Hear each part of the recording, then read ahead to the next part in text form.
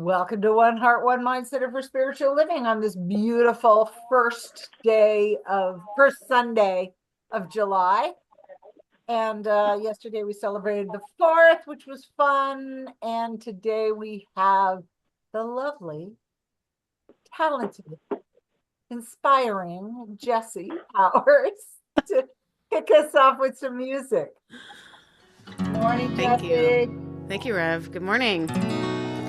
Haven't played this song in a while, and I'd love if you all remember to give me the huh sound on the count of 3. You might remember that. It's a huh kind of morning. So here we go.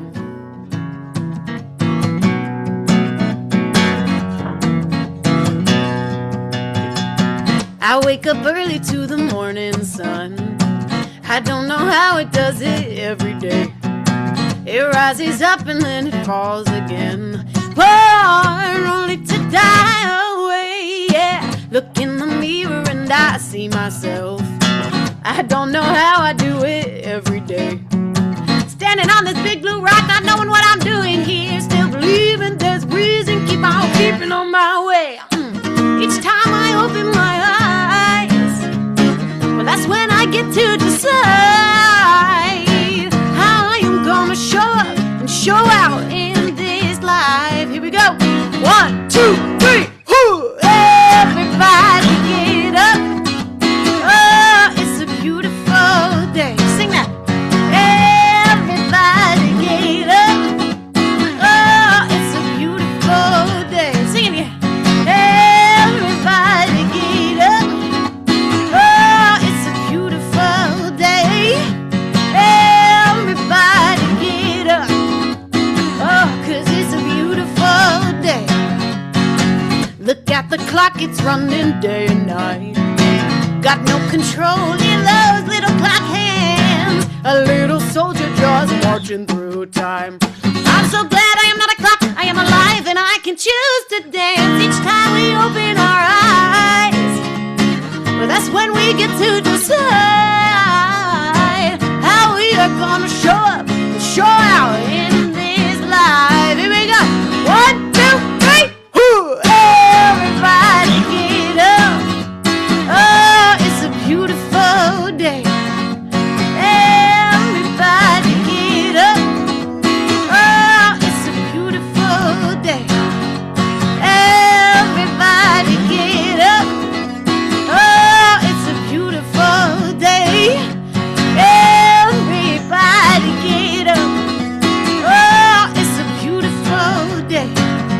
Oh, get up, get up, get up, and be grateful. I'm up, I'm up, I'm up, and I'm thankful. Get up, get up, get up, and be grateful. I'm up, and I'm ready to play. Everybody get up. Oh, 'cause it's a beautiful day. Have one heart, one mind. Everybody get up. Oh, 'cause it's a beautiful day. Yeah, yeah. Everybody get up. Oh, 'cause it's a beautiful day. Last one. Everybody get up. Oh, 'cause it's a beautiful day.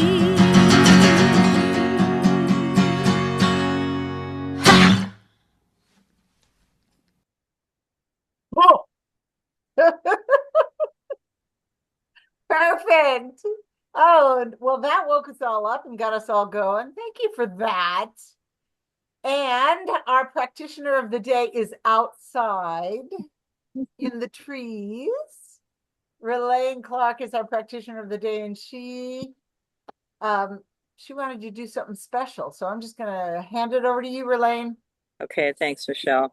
Yes, can everybody hear me okay? Yes. Okay, good.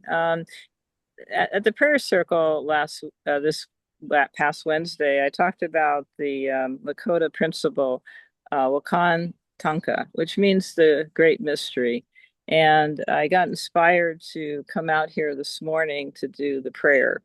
And the reason why I got inspired is because the Lakota people believed that God was not a male or female, but just an energy of flow that was just continually creating in our world. And that everything is interconnected. The trees, the ocean, the pebbles, the rocks, Mother Earth planet. We're all relatives. We're all ancestors with everyone and everything interconnected. And it's just such a beautiful way. And that there's such a gratitude and a reverence for all life. And that everyone is deserving of a wonderful life, of respect and blessings. And so the elderly people, the wise elderly Lakotas, when they wanted to really heal and feel their wholeness, they would go out and sit in the dirt and feel the Mother Earth planet and the Mother Earth energies of wholeness and healing. So consequently, that's why I'm here. I'm going to do the prayer sitting in the dirt tonight, and you guys can have a lovely view of the trees. Okay, so I'm going to sit down. Ah, it feels good. And I hear with my dog Lightning. So let us just close our eyes and feel our wholeness, the wholeness of spirit, the wholeness of Mother Earth, the wholeness of all the beauty of nature all around us, the trees and the rivers and the mountains and the animals. The Lakota Indians said that there really was no wilderness or wild animals, that there's just beautiful, beautiful quality and respect for every living being. Nothing was wild. Everything was interconnected. So let's just feel that interconnection, that wonderful, wonderful interconnection as we breathe and relax into it and just feel the earth energies, the wholeness and the healing of the Mother Earth planet and all of nature around us. And just knowing that there's just one. We are one. We are one. And I'm just so grateful to have a feeling of gratitude for every living being on this earth planet. Everything that is part of nature, including the rocks and the dirt. And just knowing that there's just such a reverence for all of life, that every living being is deserving of a wonderful life. And so I know this service is about wholeness and healing. And I think what better way to begin our prayer with the feeling of wholeness and healing of the connection of our Mother Earth planet and with every living being on this earth. There's just such a beautiful wholeness of all that we can feel and know. And so thank you, God. Thank you, Spirit. Thank you for the elderly Lakota for talking about sitting in the dirt. And I'm just so grateful for each and every one of you to give me this opportunity to share the great mystery, Wakantanka, and the wisdom of the people from the Lakota, the indigenous people. We release, we let go, and we're so grateful. And we simply say, and so it is.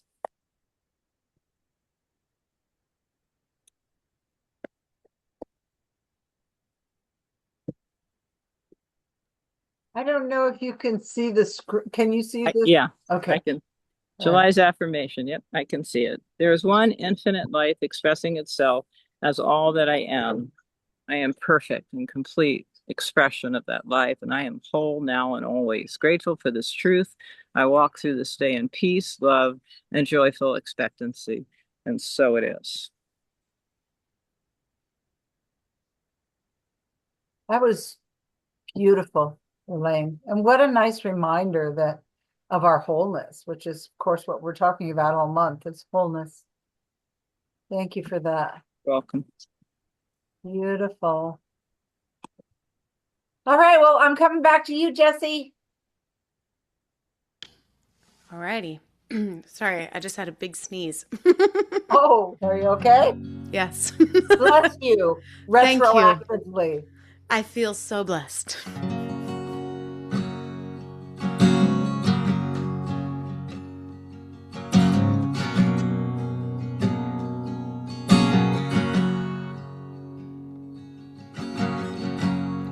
There in the center of my soul, I can feel it all around me. Something holy and untold. But I hear it perfectly.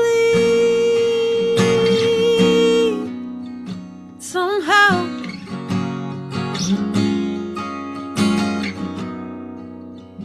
in the deepness of now, I can see I was made in the image. I was made in the image of love. I was made in the image. I was made in the image of love. Here and now I can see I was made beautifully. I was made in the image. I was made in the image of love.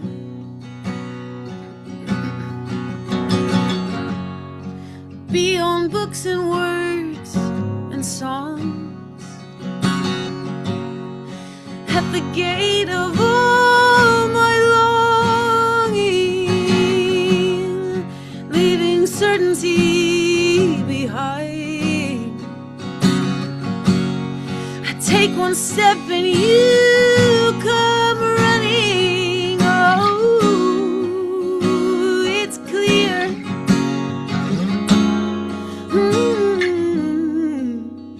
In the sweetness of here, I can see we were made in the image. We were made in the image of love. We were made in the image. We were made in the image of love. Here and now I can see we were made perfectly. We were made in the image. We were made in the image of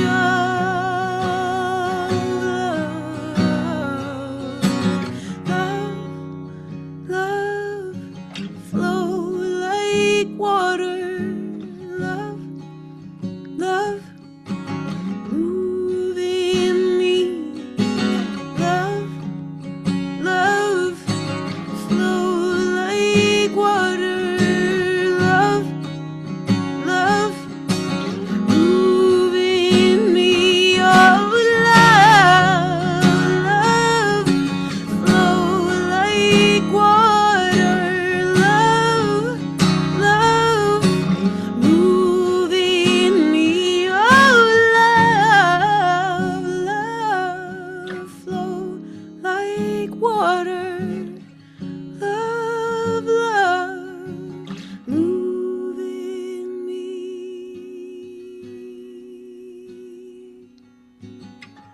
We were made in the image. We were made in the image of love. We were made in the image. We were made in the image of love.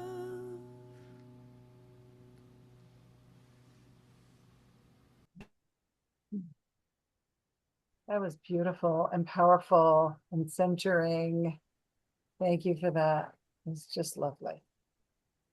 I did want to mention, I forgot to say it before, I'm on a different computer today, and because my other computer wasn't cooperating.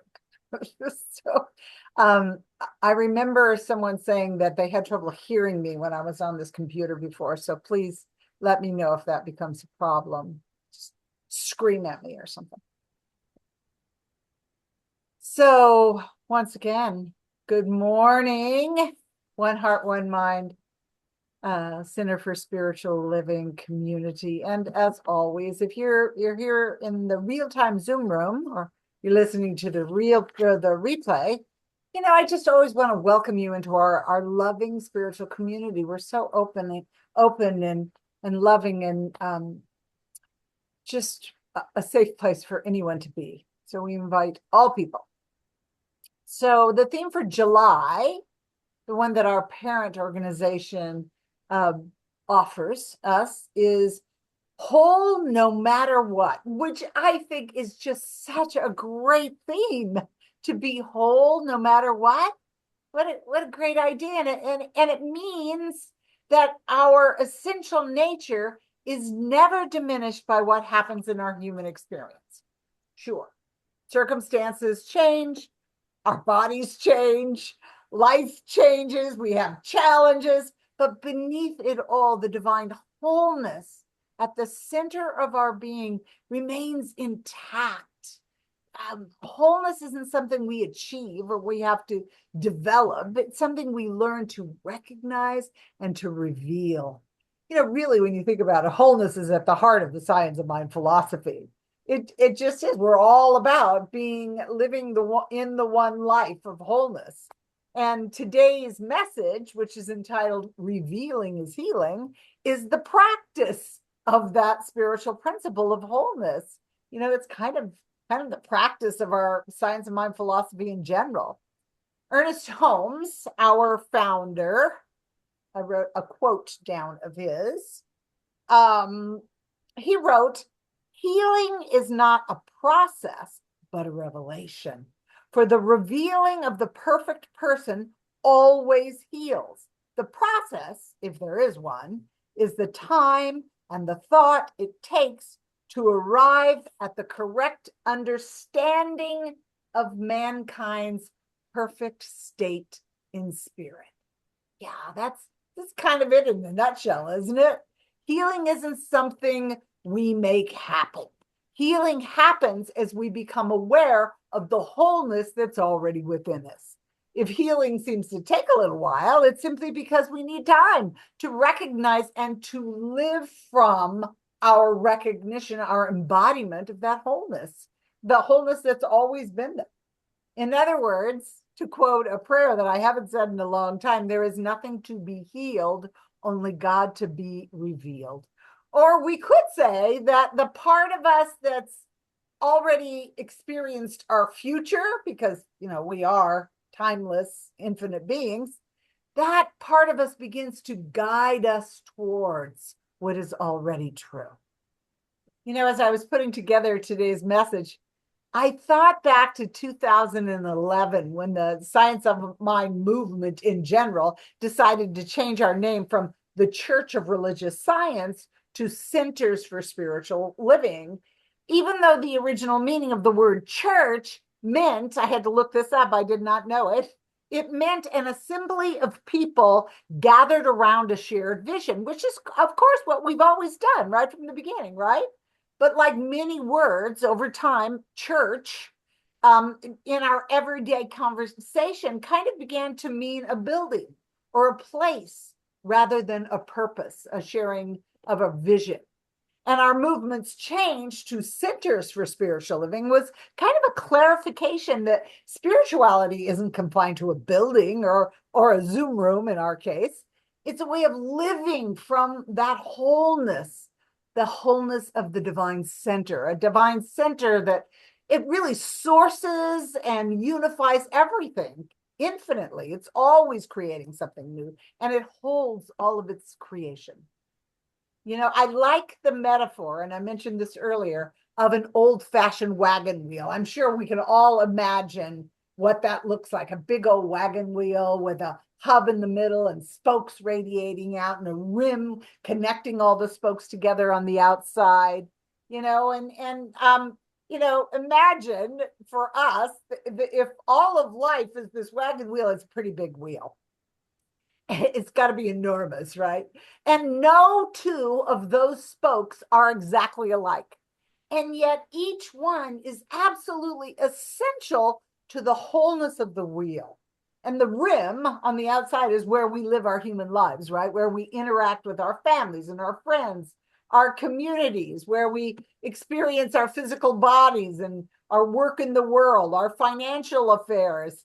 And sometimes that rim will hit a rock, and sometimes it'll get stuck in a rut, and sometimes it may even appear to be damaged or broken. But every spoke that holds the rim in place leads back to the hub, to the center, to the place where all of life is unified and sourced, where wholeness is never disturbed. It's that part of life that is changeless and constant. And from that comes everything that the spokes and the rim need to keep moving through the rocks and the ruts of life. The hub, God, spirit, the infinite, what Ernest Holmes called the thing itself, is the center of life, the center of our being. It's that unseen presence from which everything flows and where everything's held.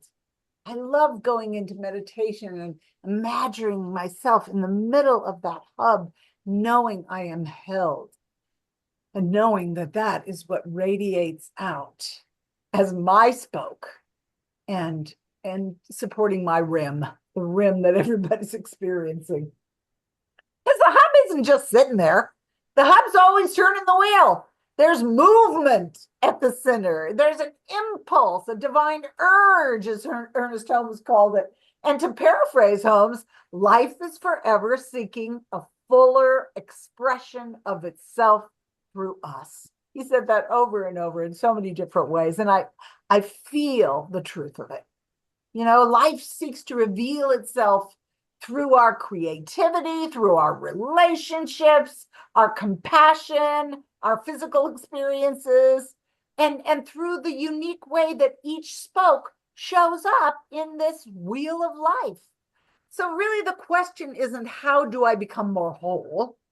We're already whole. The question is, what might be getting in the way of this full expression of the wholeness that we already are?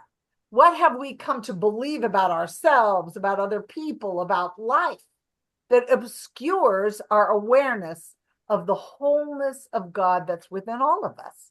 Because the hub's still connected to every spoke. You know, it hasn't stopped turning the wheel. You know, life's still turning. God is still Godding. Wholeness is still seeking expression. And our practice is to become more conscious of whatever limiting beliefs we've embodied that are getting in the way and to release them. That's why I think we resonate with that song, with Karen Drecker's song that we play all through all of our centers. I release and I let go. We release whatever obstructs the free movement of spirit so that our strength, the strength of the divine presence that's within us and the power and the presence at the center can move through the spokes and carry us, you know, more freely over whatever rocks and ruts we might encounter along the road of life. And we all know that there are going to be a bunch. And the truth is, most of us didn't consciously choose the limiting beliefs that get in our way. Many of them were formed when we were very young, you know, in moments we didn't even really fully understand.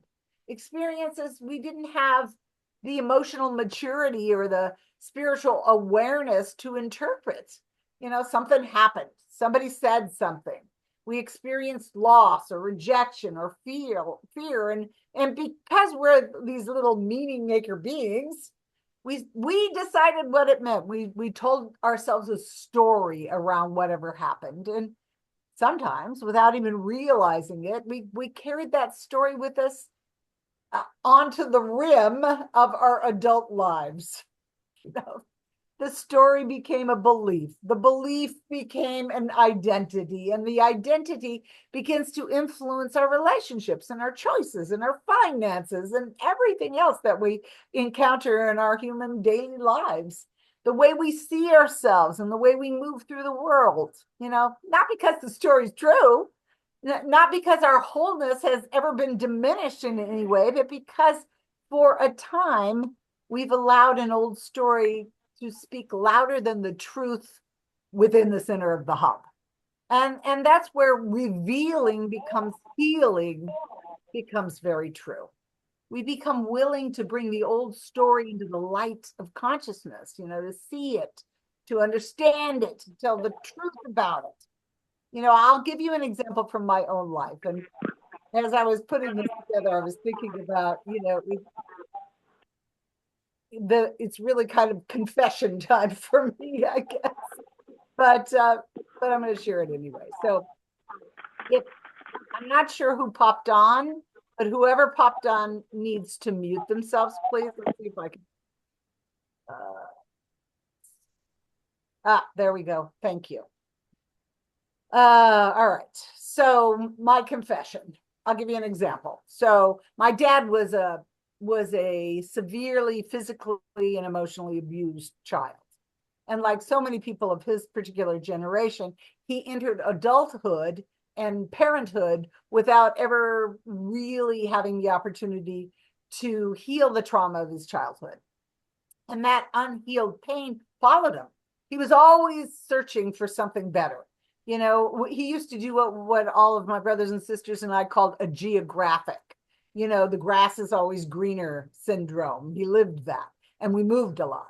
And I remember one time when I was, I guess I was about 7 or 8 years old, we were moving back to California from Washington State. We'd only been there for less than a year, and we were moving back to California where my parents were. My grandparents lived there, and they would, of course, help and support. And somewhere along the way on this trip, we ran out of money. And I don't remember the exact details of it, but I remember my parents arguing, and they were stressed and frustrated, worried about money. In the middle of that argument, I remember sitting on this little picnic bench. And I remember, and you know, some of this might not even be true. Some of it I may have embellished over the years, but I remember my dad saying, well, if we didn't have all these damn kids, we wouldn't be in this mess. Now, I was just a little kid. I didn't understand childhood trauma, and I didn't understand financial stress, and I didn't understand that my father was a wounded human being having a very human moment. I only knew that I was afraid. And somewhere in my little girl's consciousness, I made it mean something about me.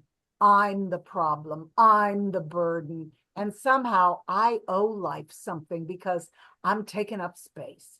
And I need to justify my place here. I better do something. I better accomplish something. I better be useful. I better earn my way. Now, my father didn't sit me down and teach me those beliefs. I created them myself by the story that I told myself about the situation, not consciously or deliberately, but because I was a little girl trying to make sense of an experience that I didn't have the capacity to yet understand. And that story repeated itself often enough that it became a belief. Isn't that what happens when we repeat a story often enough? It becomes a belief. And a belief held long enough becomes a part of our identity. An identity lived for long enough begins to organize our lives.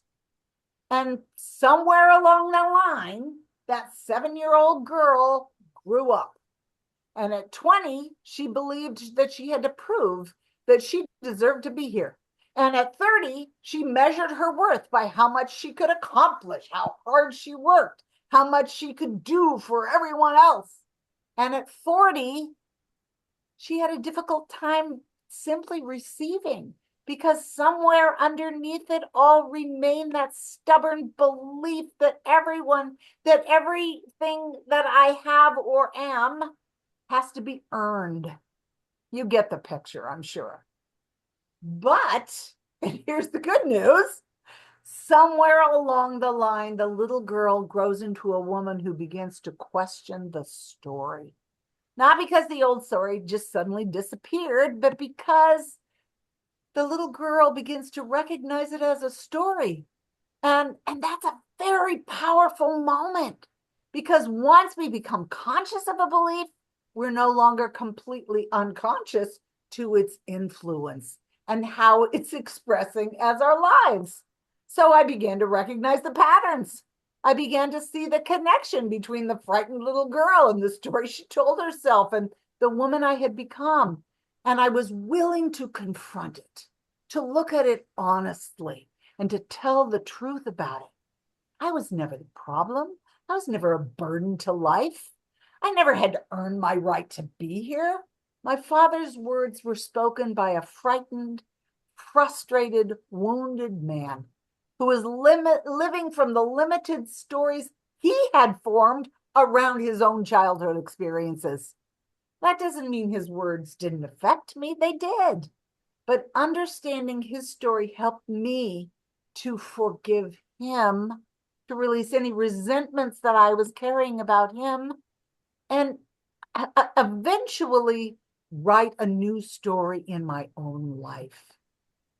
it was that transformative moment. It was the restoration of a loving relationship with myself, with that little girl who had spent so many years believing she had to earn her place in the world.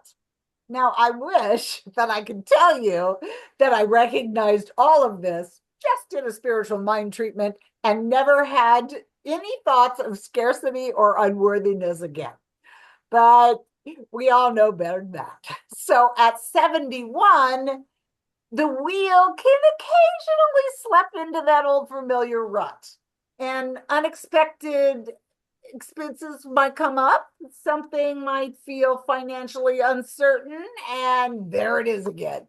There's not enough. I better do something. I better fix it. I better work harder.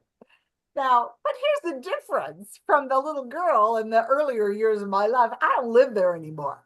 That's not a state of being that I hang out in most of the time because now I recognize the rut. You might remember that quote that I shared last week from Viktor Frankl. The quote is, I love this quote. Between stimulus and response, there's a space. And in that space is the power to choose our response. In our response lies our growth and our freedom. That space between stimulus and response, that's an empowered moment of choice.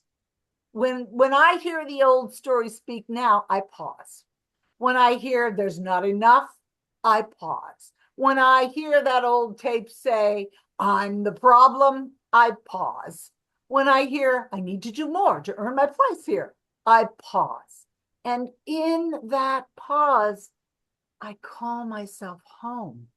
I return to the hub, to the center, to the truth of my being. And I remind myself, Michelle, you were never the problem. You've never been a burden to life. You don't have to earn your place in the universe. The infinite life that created you sustains you and moves through you and expresses it as you.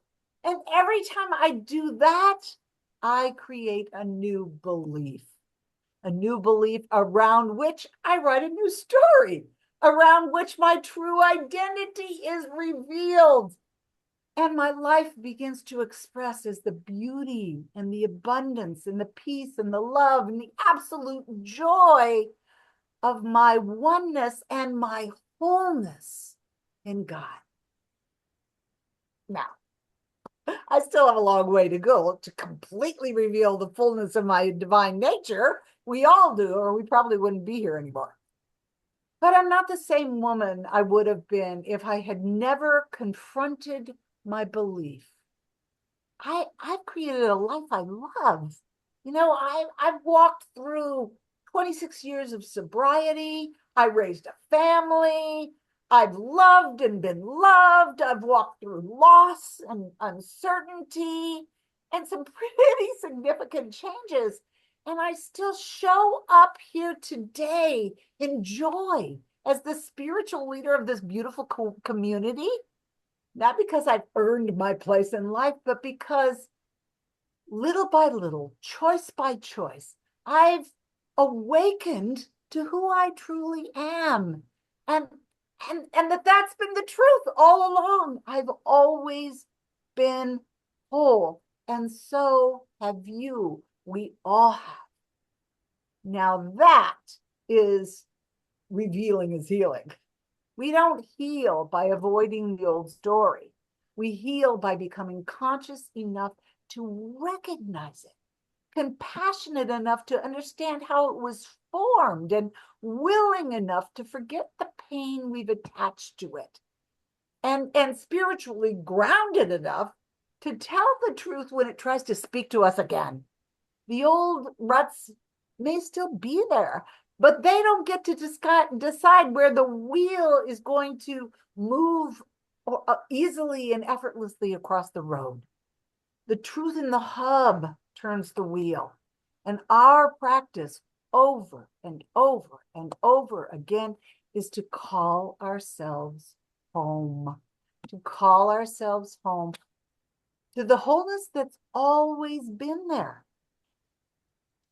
And so on this, I can't just gloss over the 4th of July weekend, not in today's climate. So on this 4th of July weekend, I wanted to remind us that this isn't only true for individuals. It's true for families and for communities and for organizations and even for nations, because countries have stories too. We have beliefs we've built around our collective identity, our old wounds, our fears, our resentments, places where perhaps we've forgotten who we are. And sometimes, just as in our individual lives, these old stories speak louder than the deeper truth.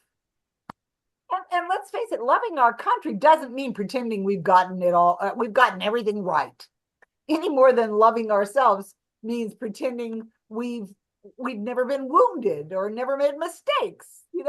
Love asks us to tell the truth, and love gives us the strength to face that truth beneath all the ways that things might appear in the physical world, in our experience.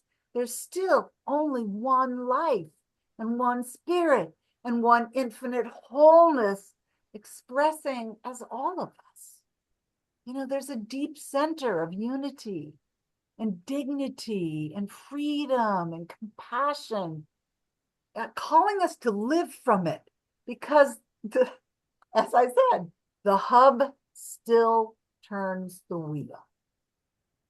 So in honor of 4th of July, I'd like to close with some words from Ernest Holmes. I actually printed this off from the Science of Mind archives. I knew it was in there. And you've probably heard it before, but I'm going to invite you not to simply hear the words. This is my prayer for my country from Ernest Holmes.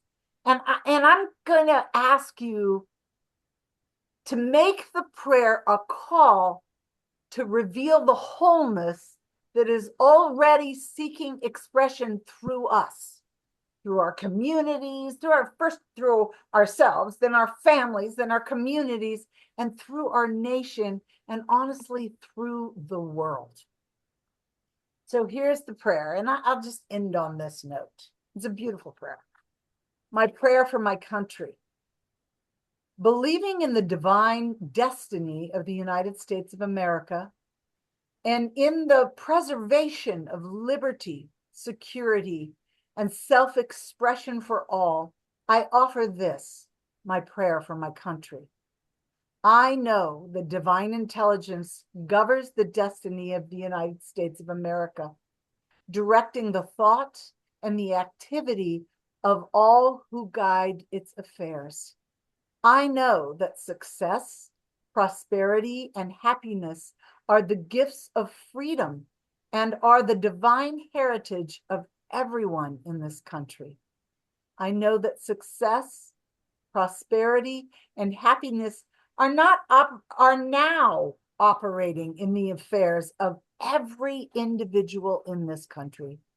I know that divine guidance enlightens the collective mind of the people of this country, causing it to know that economic security may come to all without the loss of either personal freedom or individual expression. I know that no one can believe or be led to believe that freedom must be surrendered in order to ensure economic security for all. That's a biggie for our world right now. I'm going to read that one again. I know that no one can believe or be led to believe that freedom must be surrendered in order to ensure economic security for all. The all-knowing mind contains the answer to every problem which confronts this country. I know that every leader in this country is now directed by this all-knowing mind and has the knowledge of a complete solution to every problem. Each is compelled to act upon this knowledge to the end that abundance, security, and peace shall come to all. And I know that this spiritual democracy shall endure, guaranteeing to everyone in this country personal liberty, happiness, and self-expression. Ernest Holmes. And so it is. Wow. I've read that to you before, I know, in past years, and it's just so incredibly powerful and timely.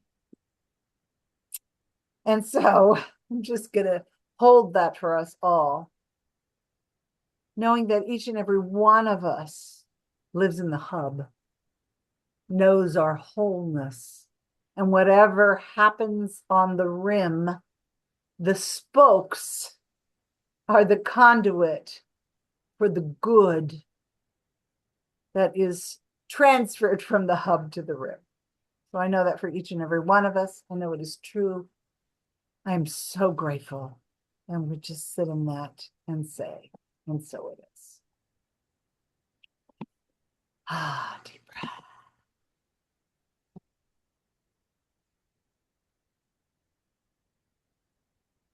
So sometimes when I have confession time, I wonder how it will be received. So I'm hoping that my personal story was helpful and that some part of it may touch your own heart and relate to your own personal life. So from that, we're going to move into our time of sacred giving, which is that me or is that you, Lisa? Or is that Rob? It's Lisa. Okay. No, It's not Lisa. It's Rob. Okay. Uh, Michelle, it's you. you. that's hysterical. Okay. Yeah, I think I remember now that we had like a lot of people. I will do it. I think your follow-up is just the best. Oh, bless you. Bless you so much. So let me speak from my own heart. Rob is our wonderful treasure. He is amazing. And he keeps the books for us. And I deposit the checks and transfer the Venmo and all of that. Our coffers are a little low. And it would be wonderful if you are able to help us fill up those coffers. I know that all good and all the resources we need as a community flows to us from the infinite source, which is God. It flows through us in our humanness. So I am inviting us to know that we are a part of that cycle, of that infinite cycle of living, of giving and receiving, and that as we prime the pump, it comes back to us. Now, I am not somebody who sits around and worries about this very much. I don't worry about it at all. I just assume that what we need will show up. But I am going to ask you if you are able to please give to our spiritual center. If you get anything out of our Sundays or our Mondays or our Tuesdays or our Wednesdays or whatever, would you please give to our center? Thank you from the bottom of my heart. And I know that in that infinite cycle, it will be returned to you. And I'm assuming that you probably all know by now how we give, because mostly most people give on Venmo, but not everybody. I get checks in the mail. And if you want to write a check to our center, then I just deposit it into our account, and you send it right to my address here in Escondido, which is right now up on the screen. And please join with me in saying our affirmation together.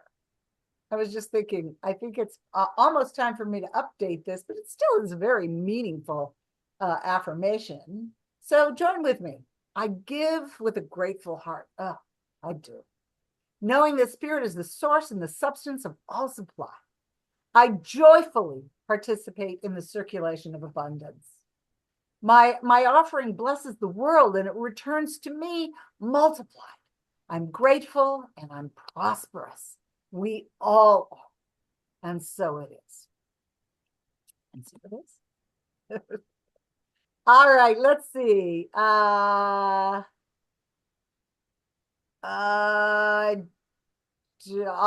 talk to you about, I don't think I did, Claire, but I'll look again. So anyway, let's go to announcements. Announcements are Monday, where we have our prayer group at 6 o'clock, which is always good. Tuesday, book club. We're starting again, and I didn't bring the book in here. We're gonna start Tara Brock's Radical Compassion, which I have been listening to, and it's fabulous. So let's see, not that you had prayer group last Wednesday, right, Ralane? So no prayer group this Wednesday. You will be doing it the following Wednesday, and then after that you'll have your Joyous Expectancy class, which I believe you're going to talk about intuition at the end of that. Yes, intuition, and it's July 29th, the last Wednesday. Awesome. All right, and I think that's about all the announcements we have. I'm going to do the benediction since I'm the one that did it. Who knew? Actually, Rob, do you mind doing it? That way my voice can be quiet. All right. Well, you rest up your voice. All right. And hey, why not? What a great opportunity to settle back into the center of God, into the core of God, into the fabulous oneness that is God, such that we can feel the beingness of God in our total environment. We are awash in the goodness of God. And right now, I am so happy that this wonderful, wonderful service. I am so happy that we have people like Ralane who can talk to us about the magnificence of dirt. I love the fact that dirt is just that wonderful. And I admit that I never thought about it, but that's just delightful. And Jesse, I am so happy that we have you. I am so delighted that we cannot pay you what you're worth, but bless you for showing up and accepting what we can give you and bringing all of your talent, because it hits us right in the heart. It truly does. And Michelle, I am so delighted that you are able to open up and tell me about the little hurt parts inside of you, because I've always felt that you were so blessed that you were born into a world of Lanita and you had all that love in your life. And then you got out of there, and yes, you made it through Catholicism, but then you came out and you found this philosophy that obviously you have made it work, such that you have joy in your life, and it shows in your eyes every time we see you. And that just means that you are speaking from authority when you tell us how to use the science of mind. I am so grateful for all of this.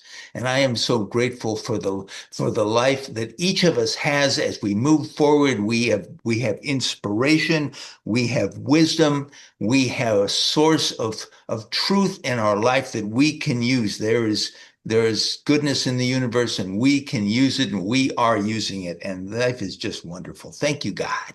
Thank you, God, for the wonder of life. I release my word, and together we say, and so it is. Oh. That was fabulous. Thank you for doing that. All right, Jesse, you're on. Okay. You mentioned I release and I let go. And now I can't stop thinking about it. So let's do it.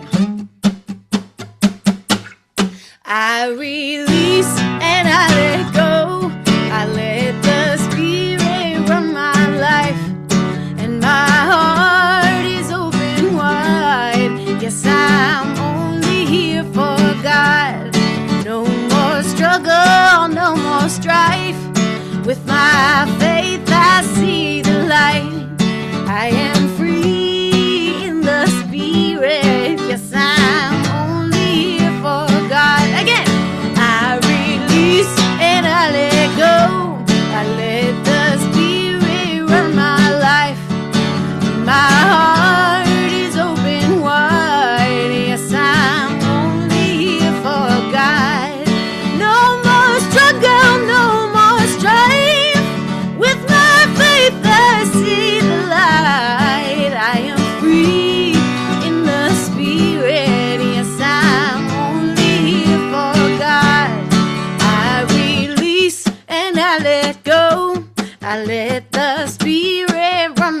life. And my heart is open wide. Yes, I'm only here for God. No more struggle, no more strife. Without faith, I see the light. I am free in the spirit. Yes, I'm only here for God.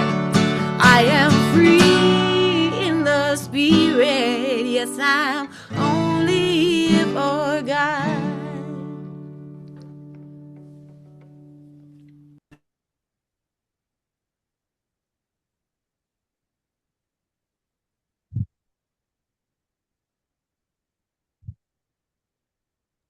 Michelle, you are muted. Oops.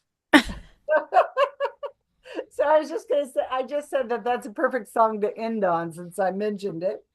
And I am now going to stop our recording. So goodbye to all our online listeners.